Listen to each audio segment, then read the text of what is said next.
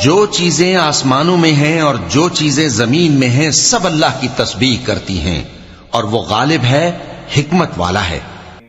هو الذي أخرج الذين كفروا من أهل الكتاب من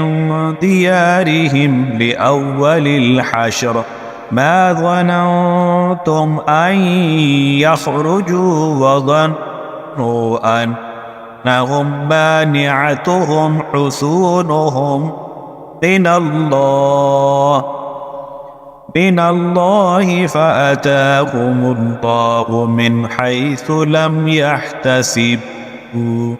وقذف في قلوبهم الرعب يخربون بيوتهم بأيديهم وأيدي المؤمنين فاعتبروا